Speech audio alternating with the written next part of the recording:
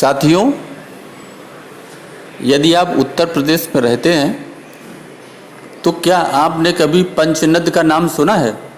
नहीं ना? आज हम इसी पर कुछ चर्चा करेंगे। साथियों, उत्तर प्रदेश एक बहुत बड़ा प्रदेश है और इस प्रदेश के विकास की एक महत्वपूर्ण योजना मानी गई है जिसे पंचनद कहा गया है। शायद ही आपने देखा हो किसी एक स्थान पर 5 नदियां मिलती हों आपस में।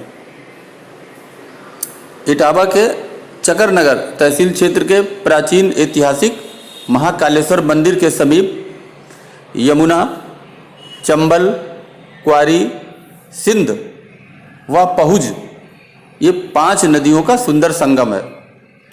इस संगम को ही पंचनद के नाम से जाना जाता है। कार्तिक पूर्णिमा के दिन पंचनद पर प्रदेश के जिलों के अलावा मध्य प्रदेश के जो जनपद हैं उनमें भिंड, ग्वालियर तथा मुरैना ये प्रमुख है।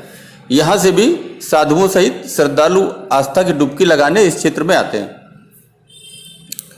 आपने चंबल के कुख्यात डाकुओं का नाम सुना होगा। ये क्षेत्र चंबल का क्षेत्र कहलाता है। चंबल के कुख्यात डाकुओं के आतंक से जूझते रहे इटावा में 5 नदियों के संगम स्थल पंचनदा की सूरत बदलने के लिए इटावा के सांसद भी पंचनदा की उपेक्षा के मुद्दा संसद में समय समय पर उठाते रहे और यह इटावा जालौन की सीमा पर मिलने वाली 5 नदियों यमुना, चंबल, सिंधु, पहुज व क्वारी के संगम पर पानी तो पर्याप्त मात्रा में है। यहाँ पर बैराज बनाकर छोटी छोटी कई नहरें निकाली जा सकती हैं जो बुंदेलखंड सहित कई जनपदों के लोगों को सिंचाई के लिए व पीने के पानी व बिजली आदि की सुविधा उपलब्ध करा सकती हैं। यहाँ की नदियों में पर्याप्त गहराई है जिससे यहाँ बाढ़ की आशंका कम रहती है। इसके लिए उत्तर प्रदेश सरकार द्वारा करीब 2600 करोड़ रुपए के बजट से इस योजना का सपना संजोया गया है। उत्तर प्रदेश सरकार ने केंद्र सरकार से भी पंचनद पर बैराज बनाए जाने की स्वीकृति दिए जाने की मांग की है। उनका मानना है कि पंचनद पर बैराज निर्माण होने से सिंचाई और पीने के पानी सहित बिजली उत्पादन का यहाँ की जनता को लाभ मिलेगा।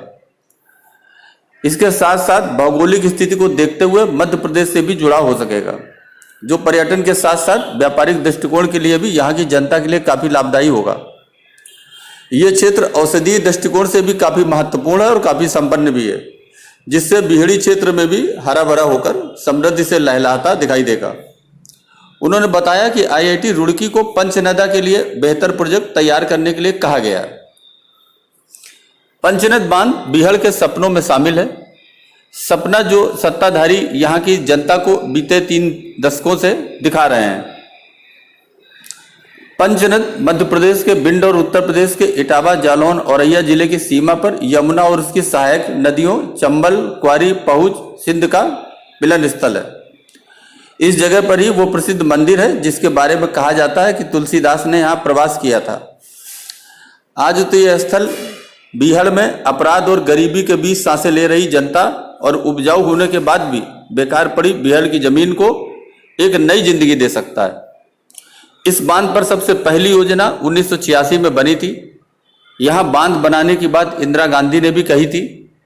पंचनद बांध योजना के तहत उत्तर प्रदेश के औरैया जनपद में यमुना नदी पर औरैया घाट से 16 किलोमीटर अप स्ट्रीम में यानी ऊपरी स्ट्रीम में सढ़रापुर गांव में बैराज का निर्माण प्रस्तावित है। इस स्थल के अप स्ट्रीम में चंबल, क्वारी, सिंधु और पहुज नदियां मिलती हैं।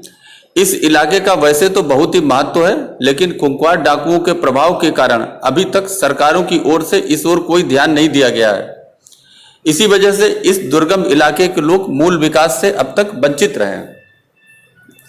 तकरीबन 200 किलोमीटर के दायरे में फैला खतरनाक बिहड़ एवं उसमें पनपने वाले तमाम खुंखार डकैतों के कारण यहाँ भक्तों की अपेक्षित संख्या भी नहीं पहुंच पाती, क्योंकि वो डरती है।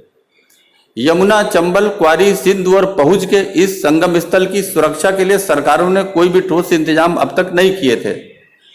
चंबल घाटी क्षेत्र में नदियों की गहराई, जैसा कि मैंने बतलाया, सारे देश की अन्य नदियों से अधिक है, जिसके कारण यहाँ बाढ़ के खतरे की कमोबेश यानी आशंका कम ही रहती है।